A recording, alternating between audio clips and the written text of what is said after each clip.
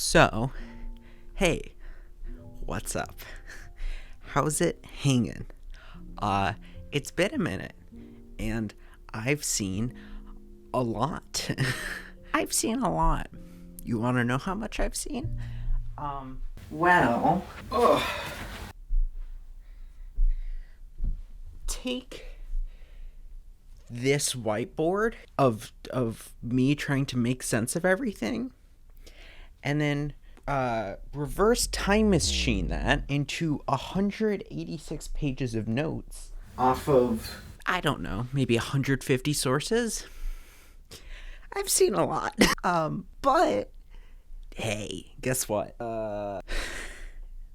So let's get into it.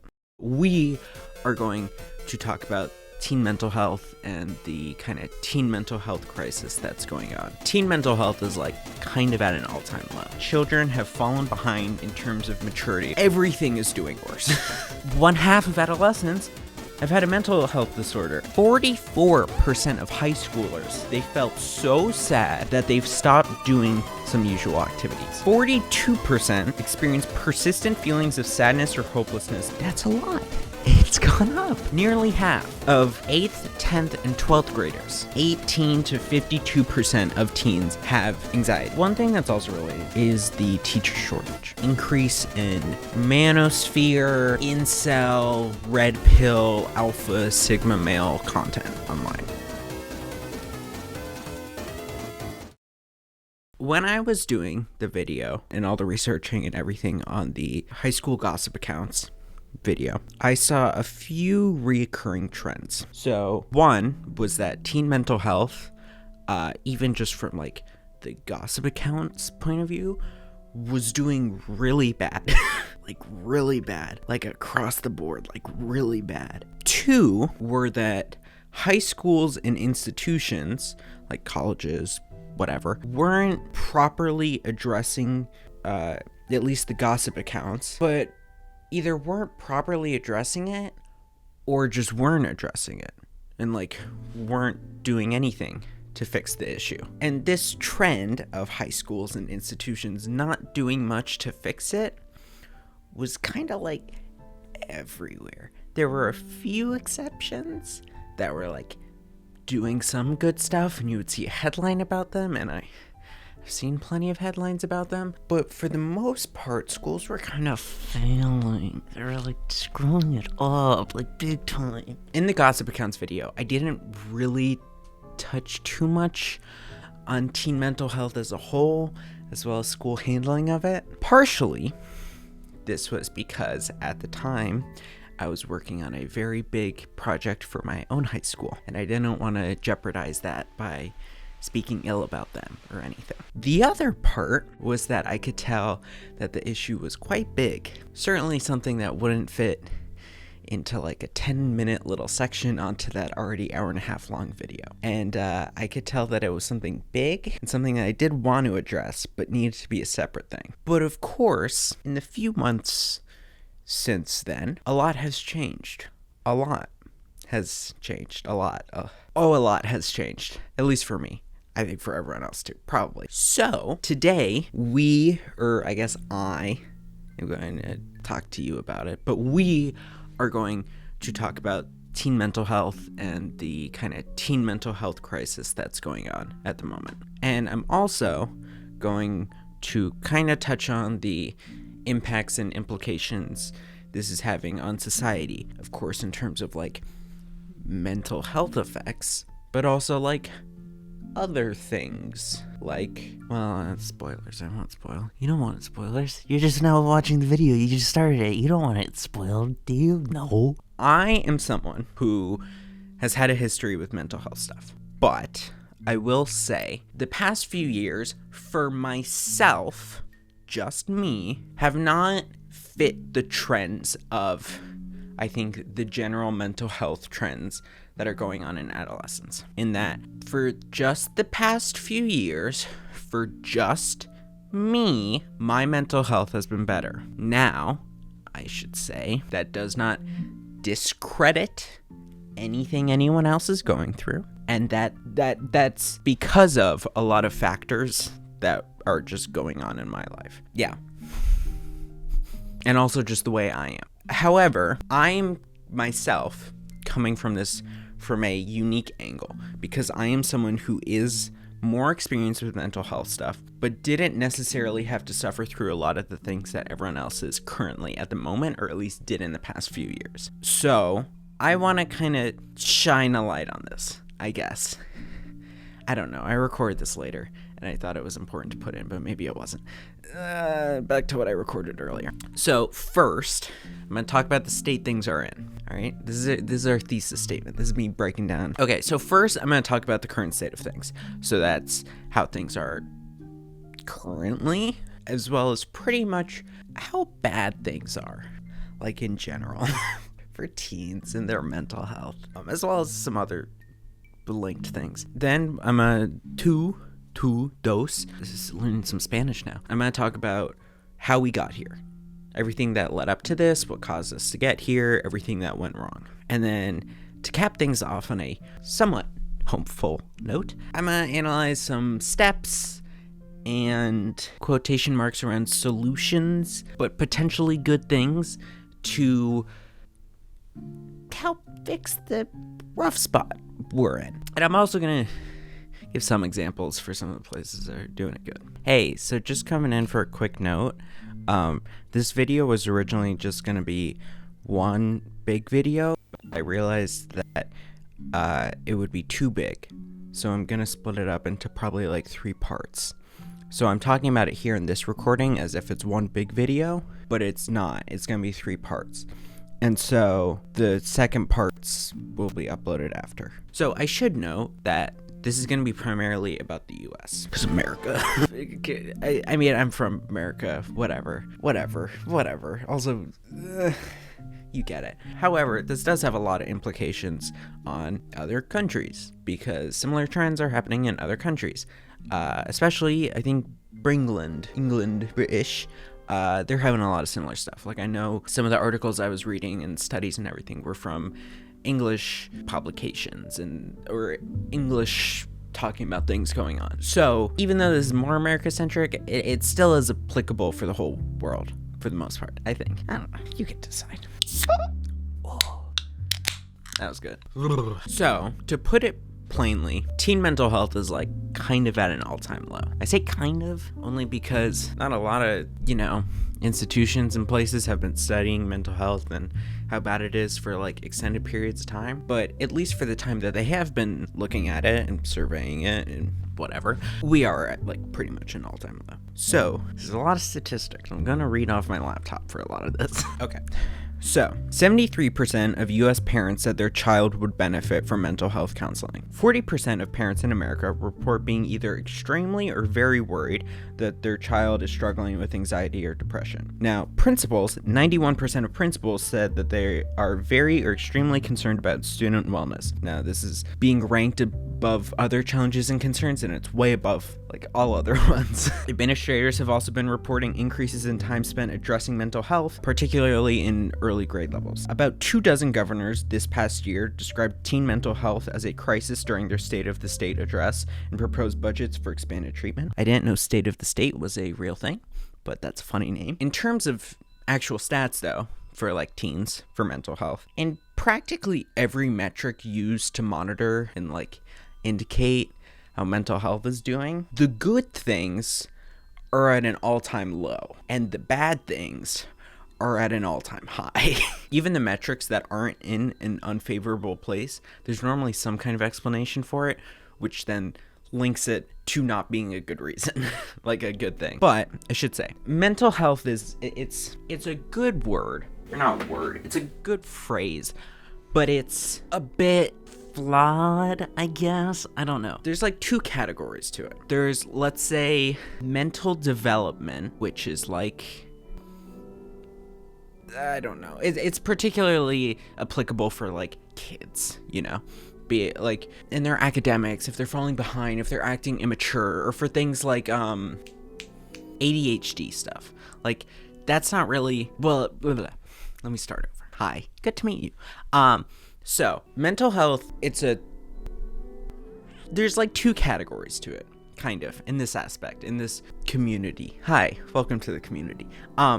There's like mental wellness, which is kind of like what we mostly know mental health as, which is like, you know, your anxieties, your depressions, your other things, whatever. But then there's also like mental development health. And so mental development health is more of like, it's particularly important in talking about mental health for like kids and youngins, because it's like they're often frequently tied, both categories. But you know, like if a kid's acting like immature, not like a stop being immature kind of way, but like a, oh, this kid's like developmentally delayed kind of way.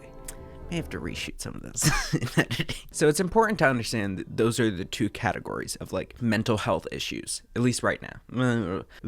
Yeah. So first, the mental development kind of stuff. So the general trend being seen is that children have fallen behind in terms of maturity over the past few years. They're acting younger than their age.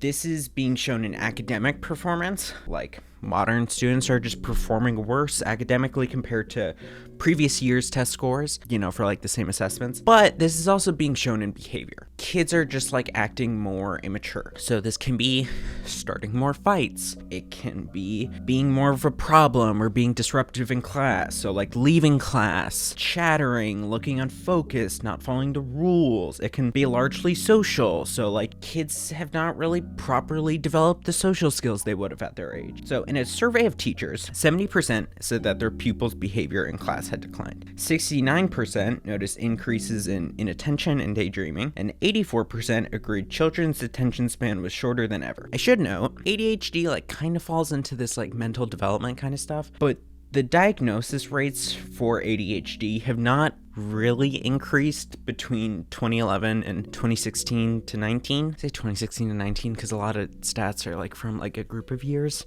rather than 1 year, which is kind of inconvenient, but like whatever, you have to get used to it. Anyway, there hasn't been an increase in ADHD. That's not to say that 2019 was 4 years ago. Things can surely change, but besides ADHD, or even including ADHD, because like I said, 4 years ago, who knows? Kids nowadays are just presenting as being like 2 to 3 years less mature than millennials were at their age, the kids' age. But it's also like mental health wellness issues are taking root in kids earlier. In terms of the actual mental health wellness kind of stuff, everything is doing worse. Like everything, except for like the few that are not, but even those can be linked to like other issues. Everything is just doing worse. 39% of high schoolers said their mental health was not good most of the time or always during the pandemic, with just under 50% of girls saying so. 29% of high schoolers have experienced poor mental health during the past 30 days. An estimated 49.5% of adolescents have had a mental health disorder at some point in their lives. These are just like the general trends. I have even more, but just looking at these, it's like over a third of high schoolers said their mental health was not good always or most of the time during the pandemic, aka like 3 years. Anyway, that's about 50% of girls. It's just under 50%. I think it was like, that's like 1 in 2 girls are suffering through bad mental health. And then also estimated like 1/2 of adolescents have had a mental health disorder at some point in their lives. That is crazy. That's crazy. Depression is one of the worst trends right now. In 2016 to 2019, 2.7 million children between the ages of 3 to 17 battled depression, and the amount has only gone up since. That's 2.7 million. That's a lot of million. For example, of how depression is only increasing since 2016 to 2019, the rates of teens and young adults with signs of clinical depression more than doubled from 2011 to 2021. Now, the actual rates kind of depends. There's a few different factors. There's a lot of good surveys out there, but like they're taken at different times. I don't know. So, hi. So it's much later on, and I'm in the midst of editing and everything. The stats I read out were like, I have no clue where I got them from while I was putting in sources and everything. I mean, I got them from somewhere, but it's like, so in 2021, it was like depression in teens was about 42%. In 2022, the number went down. It was down to, well, Harvard did a study in 2022, and it was down to 15%. And you may think, wow, that's a big difference. Why is there such a big difference? Well, it's because, I mean, realistically speaking, it was the 2021 stuff was like mid-year, like mid peaks of COVID and stuff. So, you know, like probably like right before what was that? The Delta wave, I think, probably around there-ish, you know, versus the Harvard one. It was like more as things have settled down. So it makes sense why it's lower, but that's still kind of quite high, of course, obviously. 58%, more than half of LGBTQ plus youth reported experiencing symptoms of depression, and that is nearly 2/3 of transgender and non-binary adolescents. Related to this, you know, these are like similar things. 44% of high schoolers said that at some point during the past year, they felt sad or hopeless every day for 2+ weeks in a row, so much that they stopped doing some usual activities. Just to restate that stat I said at the beginning of the sentence, 44% of high schoolers, almost half, said that at some point during the past year, they felt so sad every day for 2+ weeks in a row that they've stopped doing some usual activities. That is 57% of girls and 76% of LGB high schoolers. Say LGB because this is from a different survey and it does things kind of differently. And that's what they said, and I'm just repeating the data. 42% of high schoolers experienced persistent feelings of sadness or hopelessness in 2021. 42%. In 2011, that was 28%. In 2017, that was 31%. In 2019, that was 37%. That's a lot. It's gone up. That's also, again, 57% of girls. So in a study of 8th, 10th, and 12th graders this year, 49.5% said they agree with the statement, I can't do anything right. 44.2% said they agree with the statement, my life is not useful. And then 48.9% said they agree with the statement, I do not enjoy life. Again, nearly half of 8th, 10th, and 12th graders this year. These stats were previously reported as being mostly stable until 2012-ish. Then also, 36% of teens reported little or no purpose or meaning in life, which is of course strongly correlated with depression and anxiety. In Florida alone, 191,000 children have major depressive disorder. That's just depression.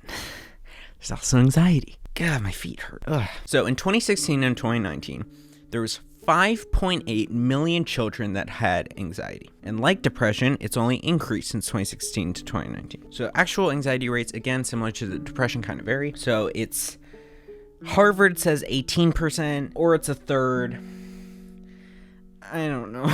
There's a lot of stats, and the kind of frustrating thing is that all these stats are true, but it then makes it hard to make generalizations about which ones are the most representative of the US. But, so anxiety rates are between like 18% to 52% of teens. So between like 18 to 52% of teens have anxiety. That is 73% of LGBTQ plus youth. I should say, having anxiety, it's not like I mean having the noun anxiety, not like the verb having anxiety or the feeling of it, like the noun, I think. Like that's like the rates of like having the disorder. But then also, trigger warning, self-harm has also increased a lot. In 2021, 22% of high schoolers reported seriously considering suicide. For comparison, it was 16% in 2011, 17% in 2017,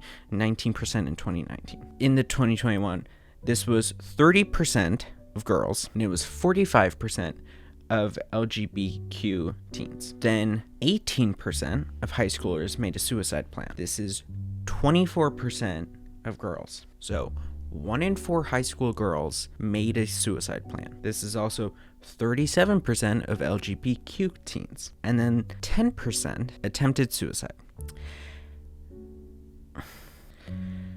So, this may seem like small percentages, only 10%. But remember, in 2019, there was 15.3 million students nationwide enrolled in high school. So, that means 1.5 million high schoolers attempted to commit suicide, and 3.4 million high schoolers who seriously considered suicide. Those are not small numbers. About 1 in 7 college students said that they had suicidal ideation. Since 2016, every year, suicide has been the second leading cause of death for 10 to 24-year-olds. Now, it should be noted, this is except 2020, when it was the third leading cause of death. The number did increase a lot in 2020, but it increased less than the amount of homicides. There's also been a sharp uptick in eating disorders. From 2018 to mid-2022, health visits related to eating disorders in people younger than 17 increased by 107.4%, meaning it doubled. More than doubled.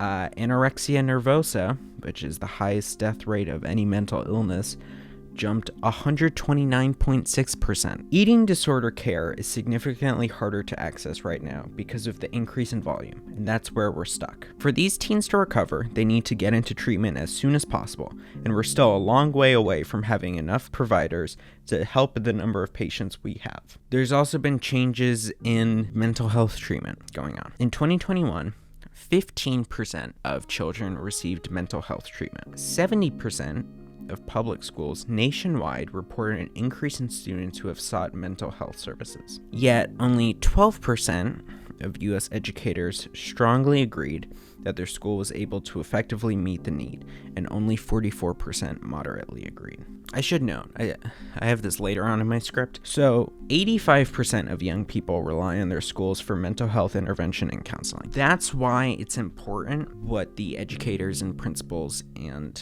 whoever else is saying, because they're in the environment where mental health services are needed to be provided. There have been much higher rates of emergency room/department visits in Children's Hospital for mental health. There's been a few studies about this. Depending on where you want to look, there's been an increase between 7% to 40% more child ED visits for mental health services. But not everyone is getting treated. 60% of teens with depression did not get treatment in the past year. And then there's also been big increases in the amount of time spent in emergency department, like waiting rooms and stuff. There's been a 76% increase in number of youth who spent 2+ nights in an ER before admission. And so being kept in the ER before admission is a thing called boarding. I didn't know about this, and you may think, why they got a word for it?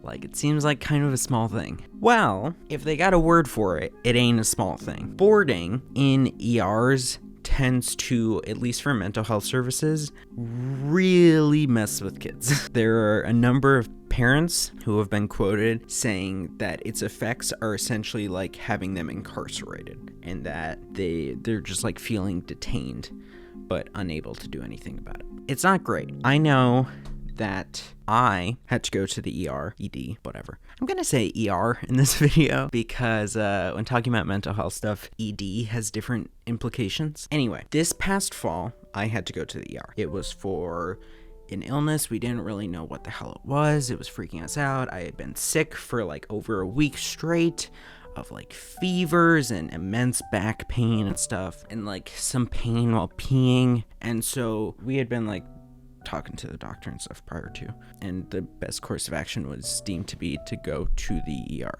And so we went to the ER, and I gotta say, not the most pleasant experience mentally sitting there waiting, because you're like, what the fuck is going on? Like a real kind of uneasiness. And so for mental health issues, which are of course directly linked to your mental state, being more stressed ain't gonna help, only gonna make things worse. Anyway, that's besides the point. But outside of just like young kids, adolescents, there's also been a lot of issues in undergrad school. More than 40% of students currently enrolled in an undergraduate program have considered dropping out in the past 6 months. This is up from 34% in the first year of COVID, which you would think would be higher. Guess what? It's not. The most cited reason is emotional stress and personal mental health, far more than financial considerations or just difficulty of the program. And then also, half of young adults 18 to 24 reported anxiety and depression symptoms in 2023. A third of adults overall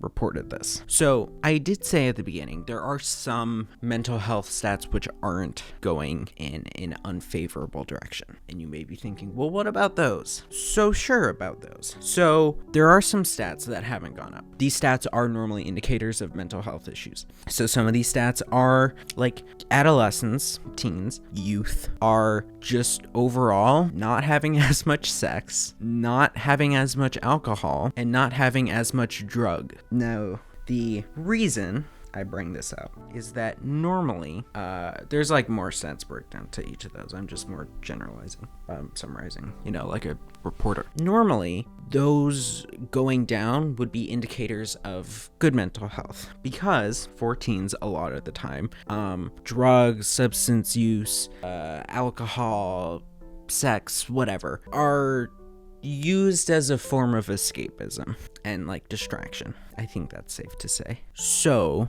the main reason that people are thinking these haven't gone up, as this is skipping ahead a little bit, but is because of things like depression and, not feeling as motivated to go out or do anything, but also like phones.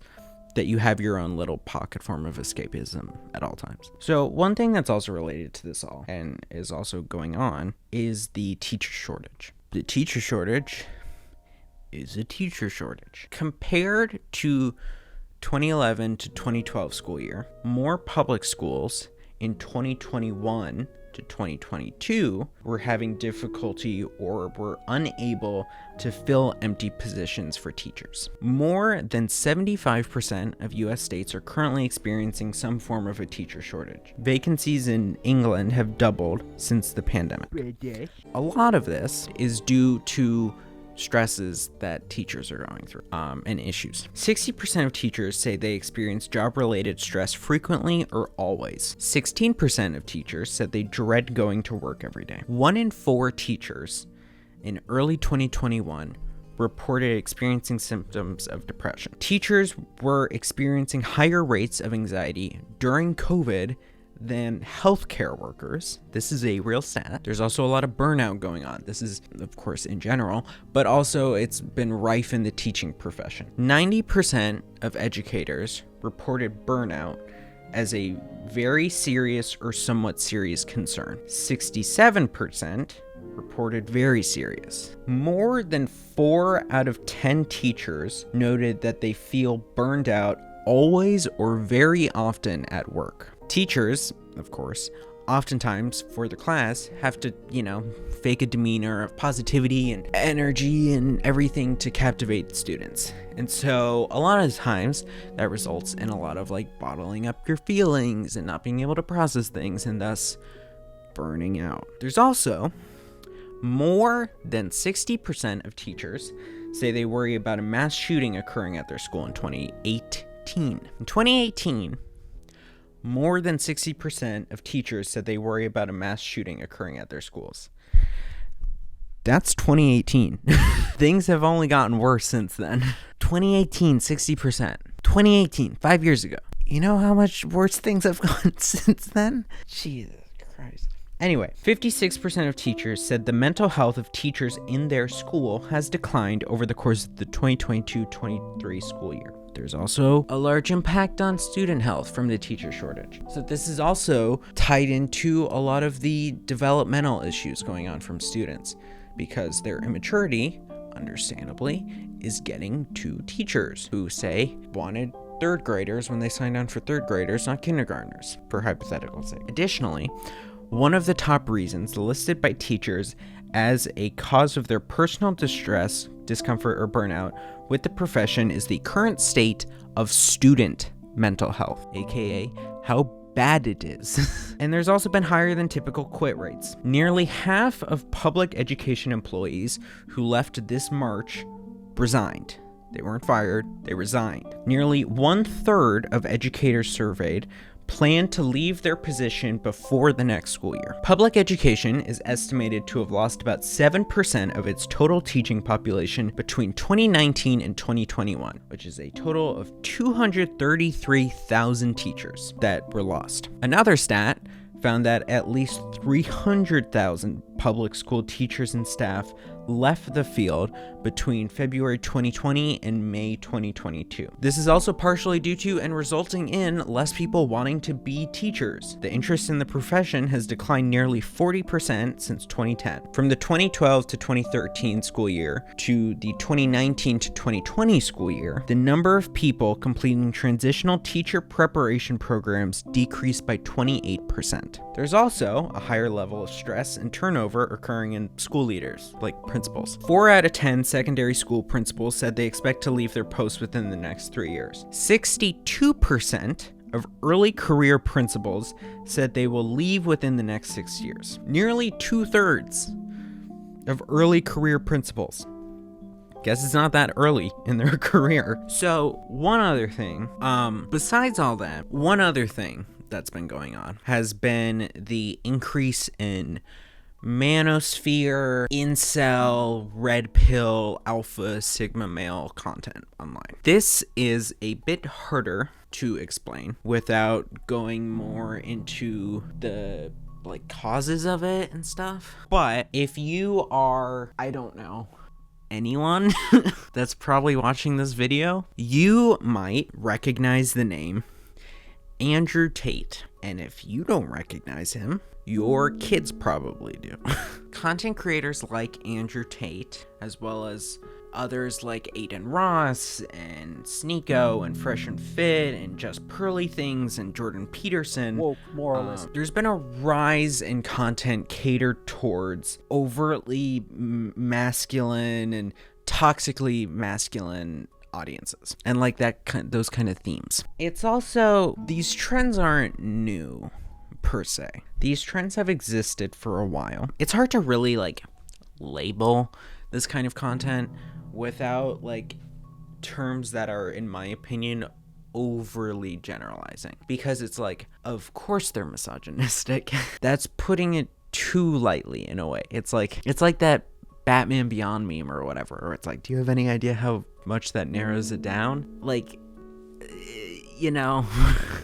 It's hard to get terms that really grab it by the balls, the gonads. Anyway, this type of content, which has gotten increasingly more popular in the past few years and increasingly more prevalent in the past few years, also leans itself and helps fuel alt-right pipelines, especially people like Jordan Peterson, Andrew Tate, Aiden Ross. They all do not only oftentimes toxically masculine stuff, but also borderline conspiratorial. And then even if they're not pushing the conspiracy theories, the people who agree with them are pushing the conspiracy theories, other creators and other content creators out there. This type of content has been around for a while.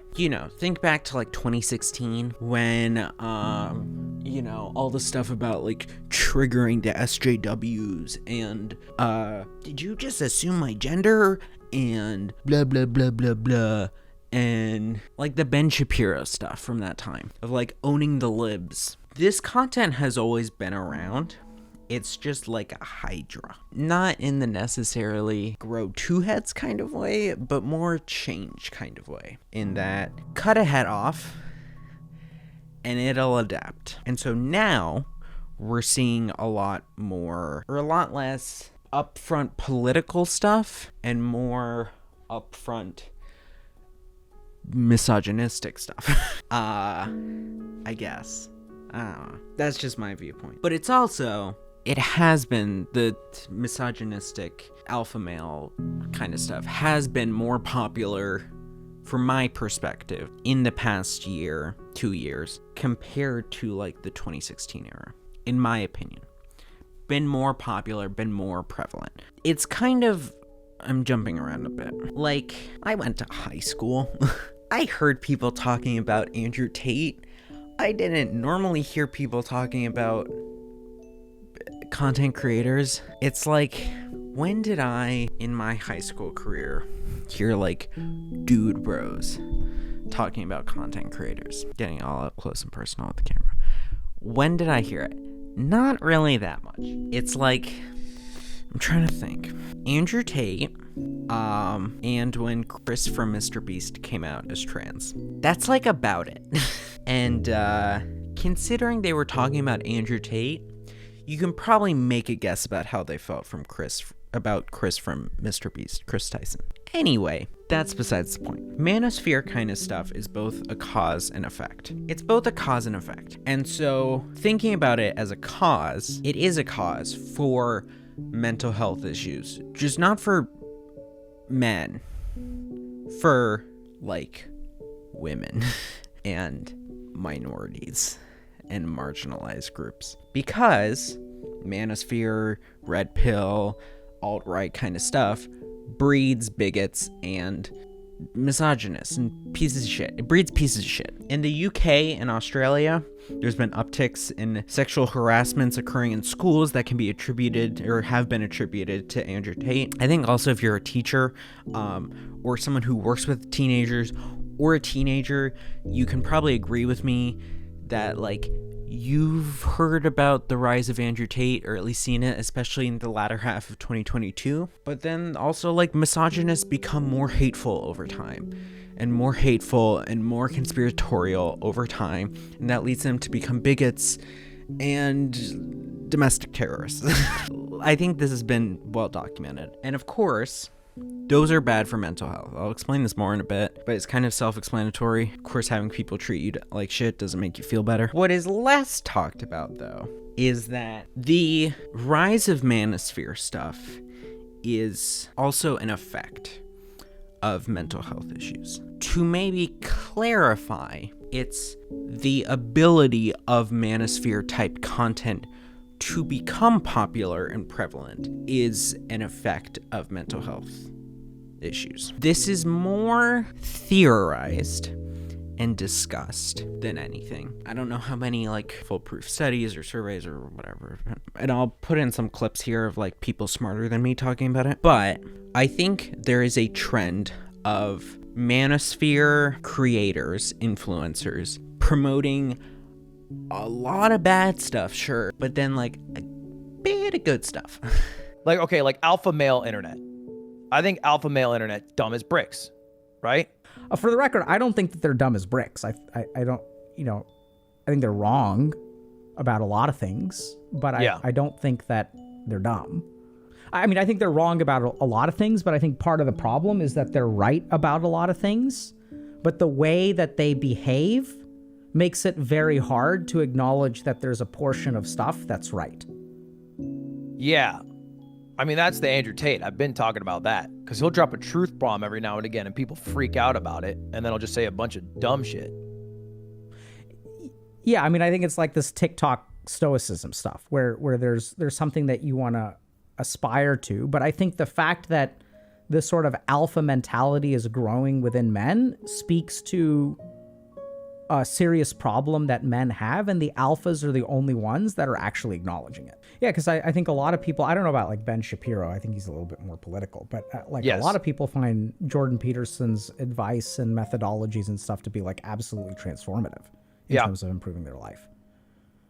And I don't know, I mean, I'm not too familiar, like, as he's moved away from psychology, I've seen or consumed less of his stuff, but I remember being in residency and I watched his lectures on personality, which I thought were brilliant.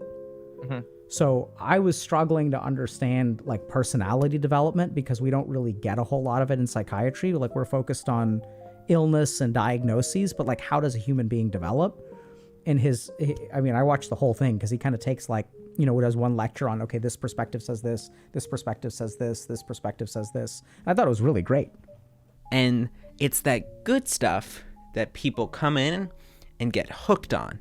And then they see that it works, and then that makes them more willing to put up with the rest of the bullshit. And this is because boys and men who flock to Manosphere kind of stuff tend to be more discontent and unhappy with the current situation they're in their life, the circumstances and environment they're in, and the status of their life. And you may think, oh no, they feel bad. How do I phrase this?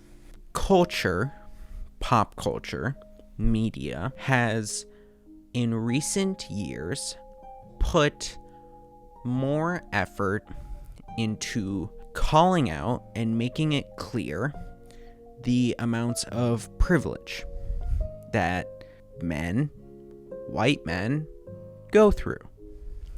And that's not a bad thing. To be clear, that is a good thing, because there is a lot of privilege. But it does end up sometimes invalidating the genuine thoughts of unhappiness that young boys and men face. Using my hands a lot.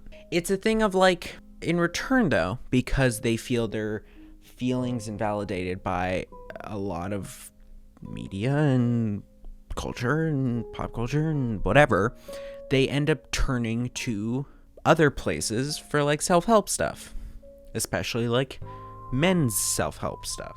But what's really interesting, if you look at kind of alphas, is that the one thing I've noticed about that whole crowd is they're the only ones that acknowledge that men have a life that's difficult. So they say like, yeah, like if you're a beta, your life is hard, here's how to fix it. But they're the only ones out there that are saying, actually, it's like, your life is hard. What are you going to do about it? Are you going to make something of yourself? Because it's tough now in your POS. I can show you the way.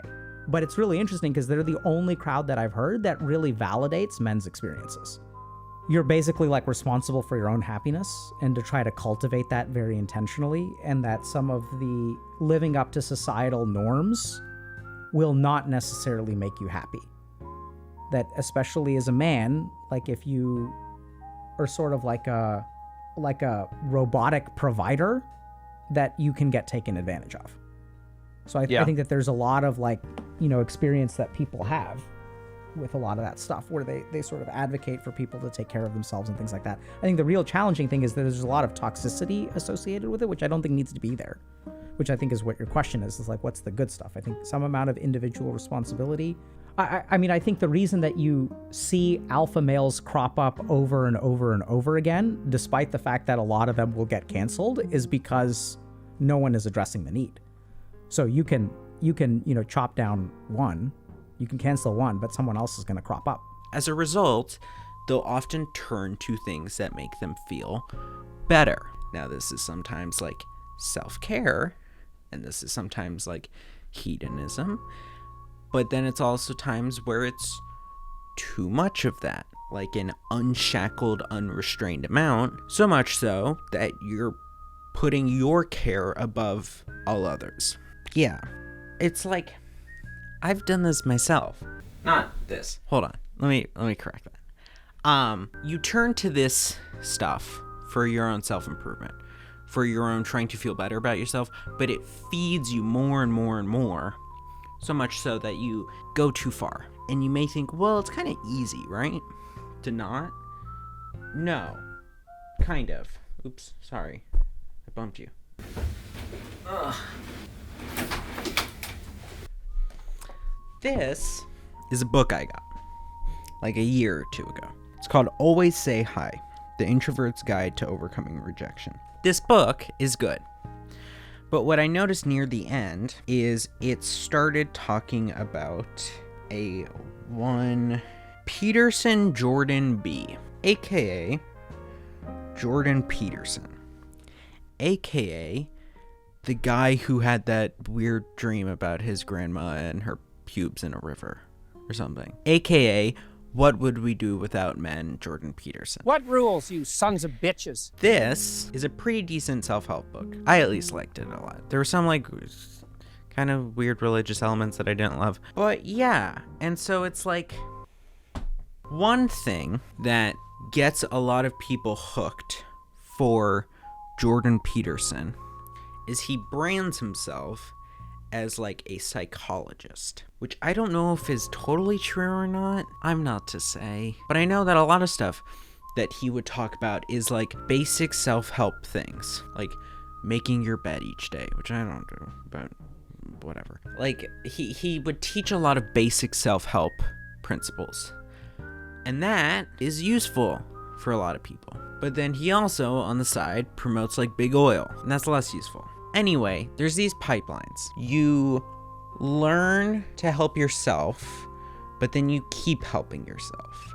And then at the same time, you learn how to help yourself while putting others down. And that's not good, obviously. Anyway, what I've been saying is mostly just theoretical. But looking at the data and trends and everything, it gives my theories and ramblings more credence. In particular, data about male depression. So male depression is often different than female depression, which has kind of become like the overall universal idea of depression because it's more common. Girls tend to internalize their feelings. I'm just saying what this thing said, but it's a reputable thing in that they cry. To me, that doesn't seem like internalizing, but whatever. That's the example the Science Journal I read said. Boys, on the other hand, are more likely to externalize their depression. This is like acting out, becoming irritated, lashing out, engaging in risky, impulsive, or even violent acts. One way this is demonstrated is through crime rates. It's been found that people with depression are 3 times more likely to commit violent crimes. Now, this link between violent crimes and depression is present in both men and women. But keep in mind, oh, my light went out. So that trend between violent crimes and depression is present in both men and women. However, keep in mind, there's of course undiagnosed depression. And because depression in men is different than depression in women, it's not as universally known how to diagnose. And so that can lead to higher rates of undiagnosed depression, and therefore could be a cause of whatever. You get the point. I didn't come up with that conclusion in the Science Journal. Blame them, not me, if that's like too conspiratorial for you. Men commit most of the crimes. Whatever. Anyway, in studies, high scores on scales measuring conformity to Western masculine norms, which is like emotional control, self-reliance, power over women, were linked with poor mental health. So depression and reduced likelihood of seeking help. Gender norms are also more likely to become entrenched in the teen years, hence why teens are often drawn more to these red pill, like Manosphere influencers. It's also something to consider that women tend to have higher rates of attempted suicide, but men have higher rates of death by suicide. Men will lend more towards the impulsivity when depressed, while I've seen it theorized, women will sometimes do it more as a cry for help. Some people's theories, not necessarily saying the ideas are my own. It's also like I saw something that's like male suicide rates were like 4x that of female suicide rates, which is a lot. Anyway, as a result, different screening tools are sometimes required. So there's the male depression risk scale. This focuses on emotional suppression, anger and aggression, drug and alcohol use, somatic symptoms such as concerns about sleep and sex, and risk-taking. That's another way to find male depression in the ways that it externalizes versus internalizes. And there's also the DSM, which is like the psychology Bible, which do I have easily accessible? Not really. Oh, there it is. Anyway, the DSM-5, which is like the psychology Bible. Let me see if I can find it. If I can find it, I'll record it and put it in later. But it's in the most recent ones have been updated to include things about like male-specific depression symptoms because it's important that it's displayed differently. The point being, this is a trend and it is both causing mental health issues because it's creating bigots and misogynists and pieces of shit, but it's also being created by insecurity and uncomfortability and distress in men that is going untreated and unfixed. Okay, so it's day 2 of recording this.